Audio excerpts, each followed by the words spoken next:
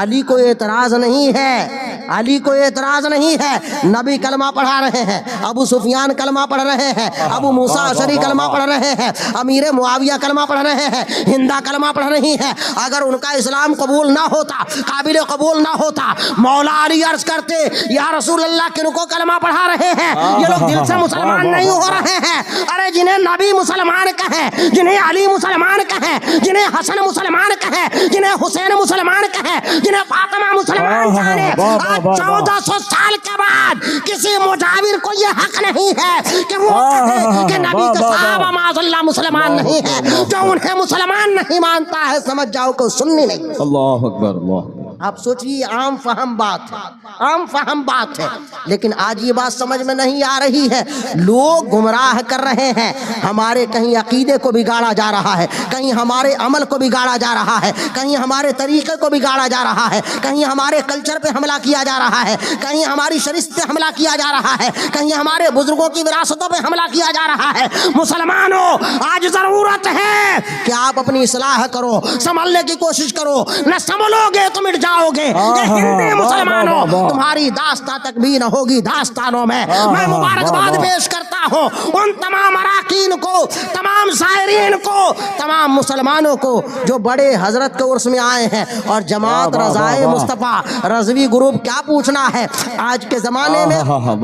رضوی ہونا، اعلیٰ حضرت سے وابستہ ہونا سنیت کی دلیل ہے۔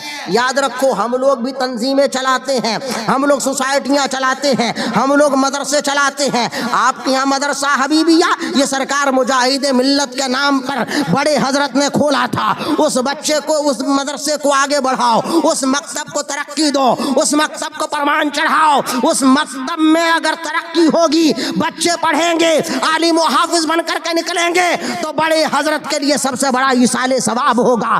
جانتے ہو یہ تمہارے بڑے حضرت کہاں سے وابستہ تھے؟ یہ بڑے حضرت سرکار مجاہد ملت سے وابستہ تھے۔ یہ سرکار مجاہد ملت کون ہے؟ آج تو ہر آدمی اپنی دکانیں چلا رہا ہے، لیکن سرکار مجاہد ملت وہ ہے کہ اعلیٰ حضرت کا جب وصال ہوا، حضرت حجت اسلام بہت پریشان تھے، بڑے صاحبزادے بہت پریشان تھے، رو رو کر کے آپ کا برا حال تھا۔ آپ پریشان اس بات سے تھے کہ حالات اتنے خراب ہیں، مسلمانوں کی جمعیت کو متحد کیسے رکھیں گے؟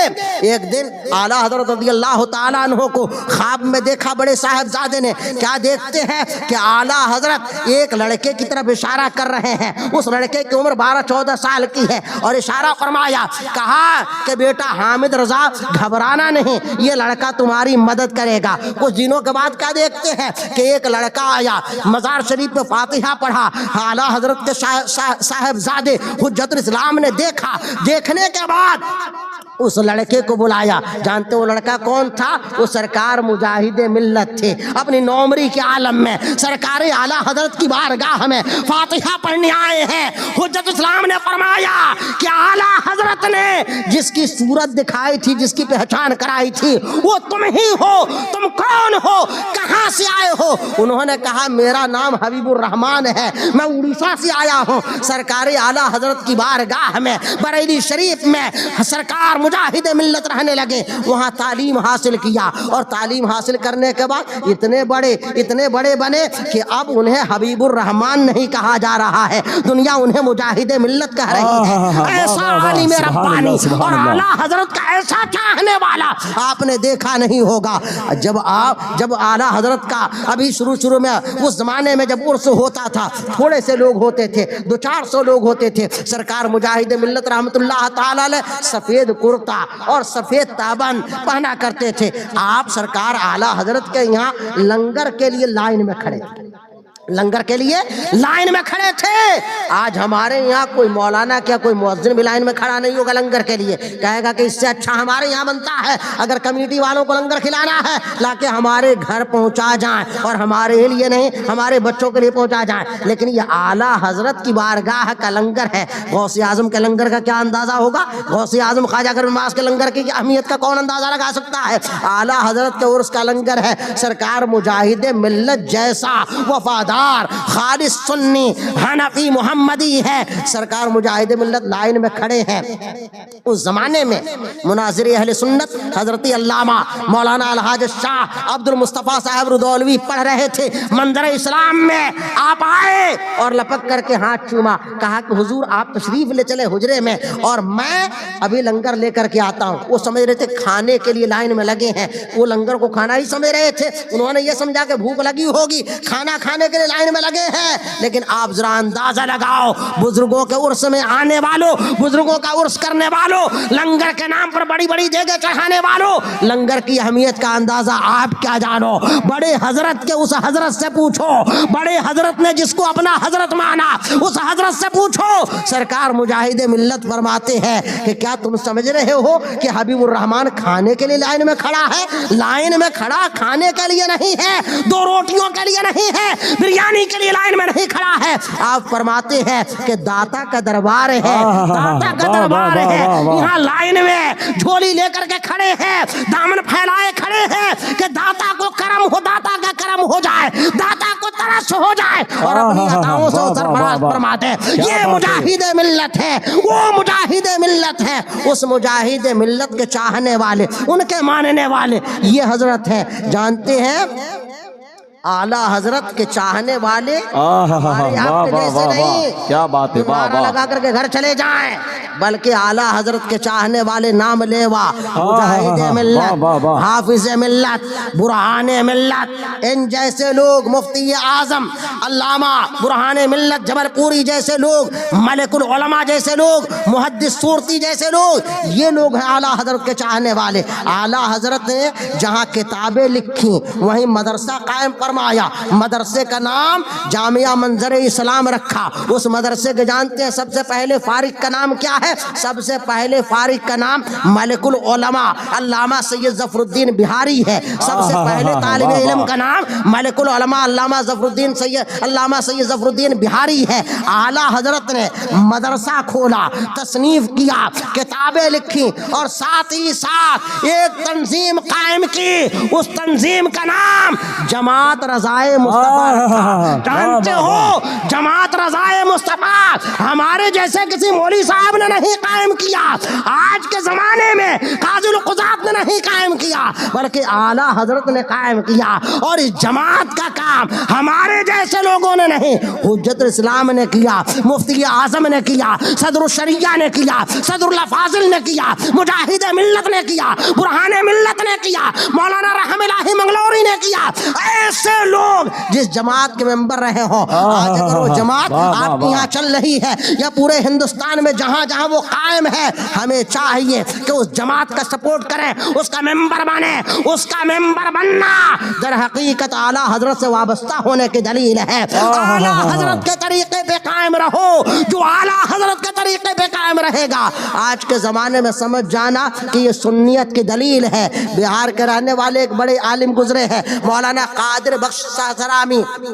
ساسرام میں ایک جگہ ہے رجعت, وہ جاتے تھے وہاں میلاد پڑھنے کے لیے. وہاں کے لوگوں نے کہا کہ حضرت پہلے آپ آتے تھے حالات ٹھیک تھے, اب یہاں کھچڑی ٹائپ کا ہو گیا, یعنی ہر طرح کے کچھ لوگ آ گئے ہیں, طرح طرح کے لوگ ہیں. ہم لوگ جاہل آدمی ہیں, پہچانتے نہیں کہ کون کیا ہے, کون میلاد والا ہے, کون بے میلاد والا ہے, کون میلاد پڑھتا ہے سلام کے ساتھ, کون بنا سلام کے میلاد پڑھتا ہے. بہت سے لوگ چالاکی میں کہتے ہیں ہم چلو ہم ہی میلاد پڑھ دے رہے, لیکن سلام کی بات آتی تو کہتے ہیں نماز میں بیٹھ کے پڑھ لیا تھا. انہوں نے کہا کہ آپ کوئی ایسا جواب بتا دیجئے, ایسی پہچان بتا دیجئے کہ پتہ چل جائے کہ کون اپنا ہے کون بیگانہ ہے. آپ بتاؤ ہمارے آپ کے جیسا آدمی ہوتا کیا جواب دیتا؟ آج کی بات نہیں ہے, آج سے 100 سال پہلے کی بات ہے. ملک العلماء نے حیات اعلیٰ حضرت نے اسے لکھا ہے. مولانا قادر بخش ساسرامی نے کہا کہ سنو, جب تمہیں کہیں شک گزرے کہ کون اپنا والا ہے کون بیگانہ ہے, تو اس کے سامنے مولانا احمد رضا کا نام لے لینا, مولانا احمد رضا کا نام لے لینا.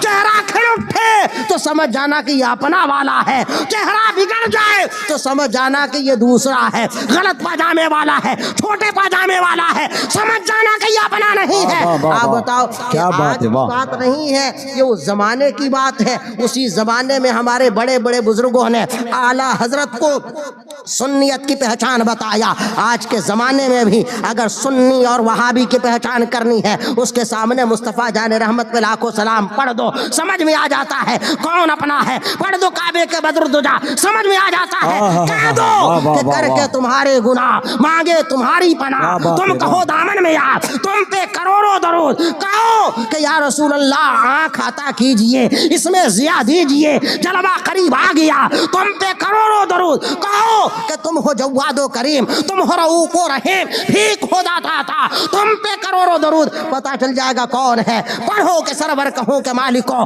مولا کہوں تجھے, بالے خلیل کا گلے, زیبا کہوں تجھے, ہرما نصیب ہو تجھے, امیدگاہ کہوں جانے مراد اور کانے, تمنا کا ہرما نصیب ہو تجھے, امیدگاہ کہوں اے جانے جامے جانے, تجلا کہوں تجھے, تیرے تو وصف عیبے تناہی سے ہے بری, حیران ہوں میرے شاہ میں کیا کیا کہوں تجھے. لیکن رضا نے ختم سخن اس پہ کر دیا, خالق کا بندہ خلق کا آقا کہوں تجھے. اعلیٰ حضرت امام اہل سنت کا نام لے لو, سنیت کی پہچان ہو جاتی ہے کون سنی ہے. آج کے زمانے میں ایک فتنہ جہاں مولائیت کے نام پہ لوگ چلا رہے ہیں, حق ہے, حق ہے, واہ واہ واہ. یاد رکھو صلح کلیت کو اگر دفن کرنا ہے تو ان کے سامنے سرکار تاج الشریعہ کا نام لے لو. سرکار تاج الشریعہ کا نام لینے سے سمجھ میں آ جاتا ہے. بہت سے ایسے بھی لوگ اپنے یہاں ہیں کہ جو اعلیٰ حضرت کا نام تو لیتے ہیں, فتاوی رضویہ کی بات کرتے ہیں, لیکن جب سرکار تاج الشریعہ کی بات آتی ہے تو کہتے ہیں کہ اعلیٰ حضرت نے کہیں یہ نہیں لکھا ہے کہ پوتے کو ماننا چاہیے, ہمارے بیٹے کو ماننا چاہیے. تو نادان یہ بتا, ظالم یہ بتا کہ اعلیٰ حضرت نے یہی کہاں لکھا ہے کہ تمہیں ماننا چاہیے, اعلیٰ حضرت نے یہ کہاں لکھا ہے کہ تم فتاوی رضویہ کو صحیح سمجھ رہے ہو. ارے اعلیٰ حضرت نے حجت الاسلام کو اپنا جانشین بنایا, تو کیا اعلیٰ حضرت نے غلط بنایا؟ نہیں, اعلیٰ حضرت کو جو صحیح مانتا ہے حجت الاسلام کو صحیح مانتا ہے. اسی طرح سے اعلیٰ حضرت نے مفتی اعظم کو اپنی خلافت سے سرفراز فرمایا, حجت الاسلام کے بعد مفتی اعظم جانشین بنے. تو کیا مفتی اعظم غلط جانشین تھے؟ نہیں, جو مفتی اعظم کا انکار کرتا ہے وہ اعلیٰ حضرت کا انکار کرتا ہے. اب بتاؤ کہ مفتی اعظم کو جو مانتا ہے, مفتی اعظم نے تاج الشریعہ کو اپنا جانشین بنایا, تو جو تاج الشریعہ کا انکار کر رہا ہے کیا وہ مفتی اعظم کو مانتا ہے؟ اگر مفتی اعظم کو مانتا تو مفتی اعظم نے جسے اپنا جانشین بنایا ہے اس کا کیوں انکار کرتا؟ مفتی اعظم کے جانشین کا انکار مفتی اعظم کا انکار ہے. بلا شبہ آج کے زمانے میں جو تاج الشریعہ کا مرید ہے, خلیفہ ہے, جو تاج الشریعہ کا نعرہ لگاتا ہے, تاج الشریعہ کو مانتا ہے, اسے قائد ملت کو بھی ماننا چاہیے. اگر قائد ملت کو نہیں مانتا تو سمجھ جانا کہ وہ تاج الشریعہ کا کہیں نہ کہیں انکار کر رہا ہے, مخالفت کر رہا ہے. بلا شبہ مجھے کہنے دیجئے کہ جس طرح سے تاج الشریعہ کی مخالفت کرنے والا اعلیٰ حضرت کی مخالفت کر رہا ہے, اسی طرح سے اس سے بڑی بات ہے کہ جو امیر معاویہ کی مخالفت کر رہا ہے وہ امیر معاویہ کی مخالفت نہیں کر رہا ہے, مولا علی کی مخالفت کر رہا ہے, وہ حضرت ابو بکر کی مخالفت کر رہا ہے, حضرت عمر کی مخالفت کر رہا ہے, بلکہ وہ ہمارے نبی کی مخالفت کر رہا ہے. کھڑے ہو جائیے ادب و احترام کے ساتھ. آل نبی اولاد علی شہزادہ غوثی اعظم نبیر حضور شہنشاہ کوکن حضور فاتح خاندیش حضور سید عبد القادر حضور جیلانی میاں سرکار کی آمد ہے.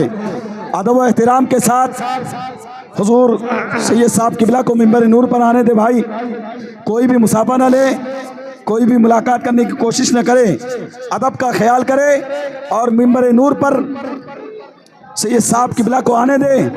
نعرہ تکبیر, نعرہ رسالت, اولاد غوث اعظم, اولاد حضور غوث اعظم نبیر حضور شہنشاہ کوکن حضور فاتح خاندیش, حضور فاتح خاندیش. نعرہ تکبیر, مسلک اعلیٰ حضرت, مسلک اعلیٰ حضرت, عرص بڑے حضرت.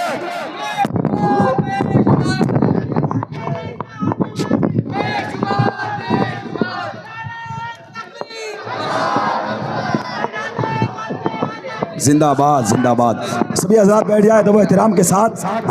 اولاد غوثی اعظم کی آمد ہے.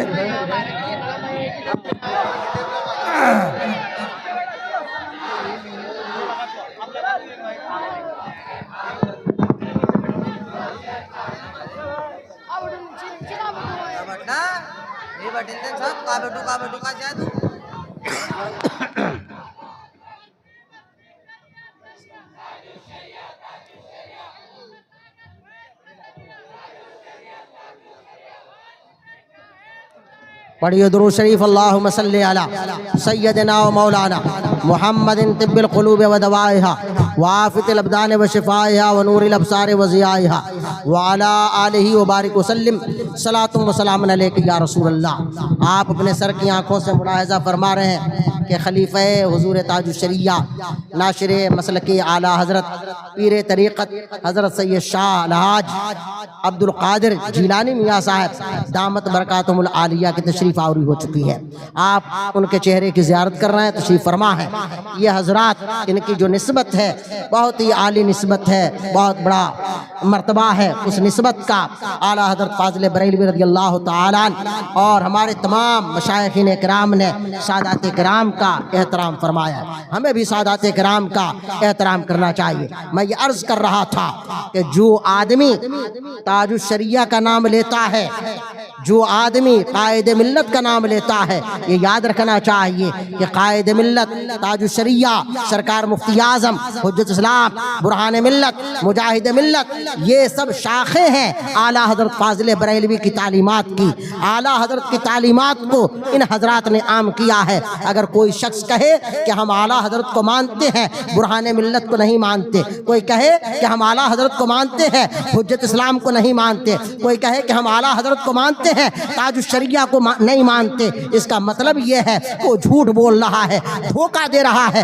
بلا شبہ یہ بہت نیچے کی مثال ہے۔ میں اوپر کی بات کرنا چاہ رہا ہوں کہ جسے ہمارے نبی نے اپنا کہا، جسے ہمارے نبی نے اپنا صحابی فرمایا، جسے نبی نے اپنا ساتھ رکھا، جسے علی نے اپنا ساتھ رکھا، جن لوگوں نے زمانہ پایا، آج کے زمانے کا داڑھی والا قابل احترام ہے، آج کے زمانے کا نمازی قابل احترام ہے، آج کے زمانے کا امام قابل احترام ہے، آج کے زمانے کا مولانا قابل احترام ہے۔ یاد رکھو کہ ہمارا زمانہ ہے، لیکن وہ زمانہ جس زمانے کے بارے میں ہمارے نبی نے ارشاد فرمایا اکرموا اصحابی کہ یہ لوگوں میرے صحابہ کا احترام کرو، فإنہم خیارکم بے شک یہ لوگ تم میں سب سے بہتر ہیں، یعنی تم میں کوئی ان کی طرح نہیں ہو سکتا ہے۔ پھر فرماتے ہیں ثم الذین یلونہم ثم الذین یلونہم کہ پھر ان کے بعد والے، پھر ان کے بعد والے، یعنی نبی نے فرمایا سب سے بہتر میرا زمانہ ہے